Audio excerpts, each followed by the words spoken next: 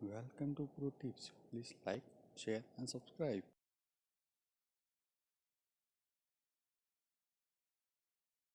ये 6 स्टॉक में ज्यादातर मेटल के हैं।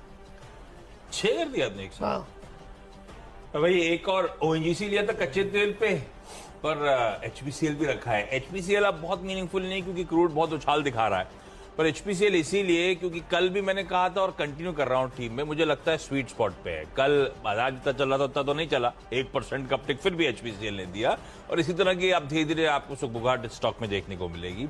और वो मल्टीपल टेलमेंट्स है, रिपीटेटिव हूं लेकिन क्या करूं, वही खबरें हैं। आज फिर सुबह 80 पैसे प्राइस पेट्रोल और डीजल के बढ़ा दिए गए हैं, तो वो धीरे धीरे करके वो एक्सेसेस पूरी तरह से पास ऑन हो रहे हैं।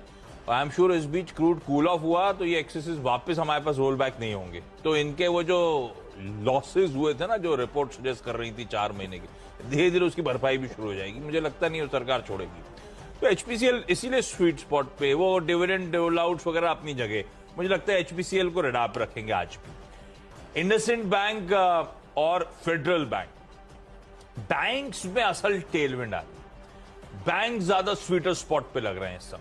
जब रिलायंस ब्रीदर पे चला गया है थोड़ा सा निफ्टी में, आईटी ब्रीदर पे चले गए, बैंक्स ही हैं जो इस समय वापस फायर कर रहे हैं।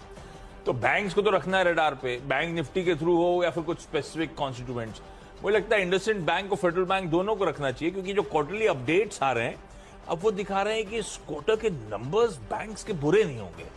वो खैर एचडीएफसी बैंक के रिजल्ट क्वार्टर अपडेट से पता चल ही गया था, पर हमने उस पर बहुत मीनिंगफुली रिएक्ट नहीं करा क्योंकि खबरें बड़ी आ गई थी। इंडसइंड बैंक का Q4 अपडेट कहता है कि लोन ग्रोथ बहुत सॉलिड पिकअप होती हुई, डिपॉजिट्स में 15% का उछाल है। हालांकि डिपॉजिट में उछाल तो आप कह लीजिए पिछले कुछ क्वार्टर्स के लोज पे आ गया है। एडवांसेस 15%, 13% के आसपास का इजाफा है। ये एडवांसेस जो हैं, जो मैं कह रहा था लोन ग्रोथ सॉलिड हो रही है, 9 क्वार्टर्स जो पिछले आप बैक ट्रैक करके देखेंगे तो सबसे अच्छा परफॉर्मेंस देखने को मिल रहा है।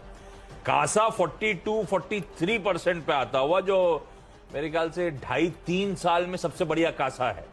तो रिजल्ट्स बुरे नहीं आएंगे, एटलीस्ट ये क्वार्टर अपडेट्स तो हाईलाइट कर रही है। फेडरल बैंक दूसरी तरफ, ये ज्यादातर एक्सपर्ट्स का मिड कैप बैंकिंग में सबसे प्रेफर्ड पिक है, वो तो आपने चैनल पे कई बार सुना होगा, तो एक कंफर्ट देता है पहली चीज। फिर Q4 के अपडेट जो आए उसमें दिख रहा है कि deposit momentum Q1Q solid pickup हुआ, और ये back to back third quarter है जब इस तरह से डिपॉजिट मोमेंटम पिकअप होता हुआ नजर आ रहा है।